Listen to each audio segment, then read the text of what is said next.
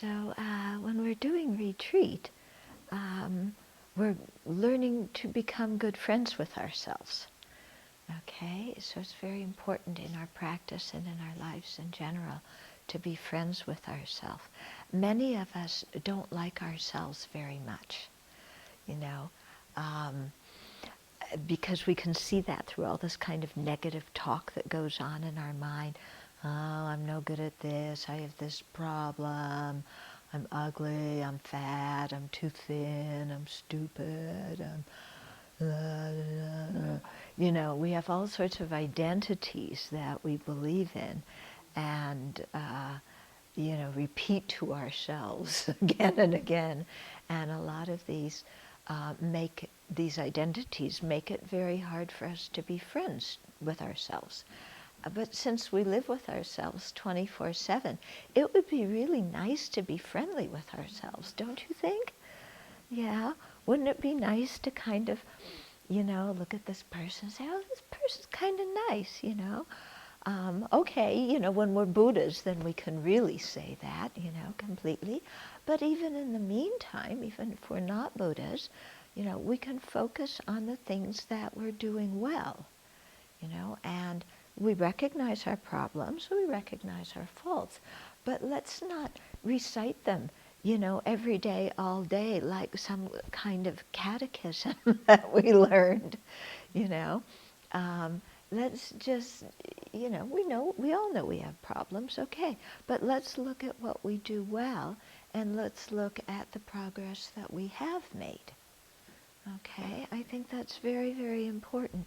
And so especially, you know, when you're doing retreat, you're going to be primarily with yourself, you know, even though there's other people around.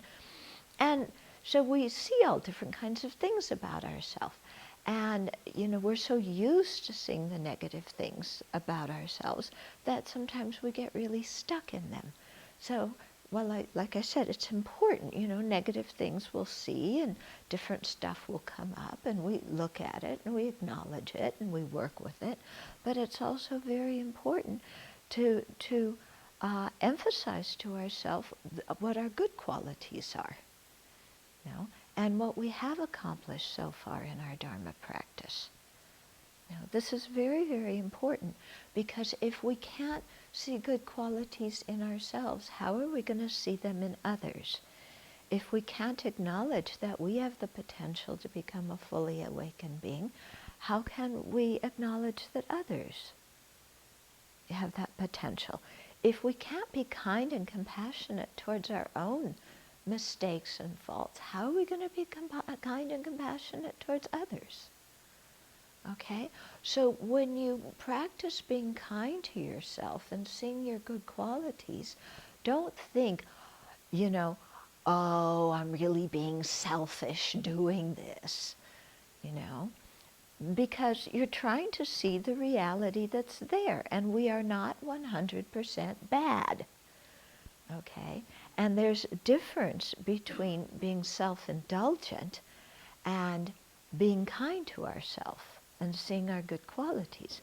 When we see our good qualities, we're seeing reality. When we're getting arrogant, you know, or conceited or proud, then we're seeing qualities that aren't there. Okay?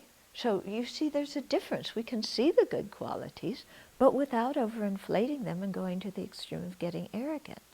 Yeah?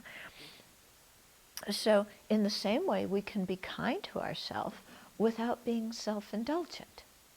You know, being kind to ourselves means we forgive ourselves, we have some patience and tolerance and acceptance of ourselves. Self-indulgent means, you know, that we pile all the sense pleasures on ourselves and think the whole world revolves around us. So those two things are very different, aren't they? Yeah? So it's really important as we meditate and in our retreat practice that we differentiate this, you know, seeing our good qualities versus exaggerating them and becoming arrogant, and being kind and compassionate and forgiving towards ourselves, and distinguish that from being self-indulgent and self-centered. Okay? So really, maybe write this down and look at it every few days and remind yourself of this, because this is something that's very important for your spiritual practice as well as for, just functioning in the everyday world in a good way that works, and in a way where you can tap into your love and compassion and show those to others. Okay? So if you don't remember this, then you're really bad.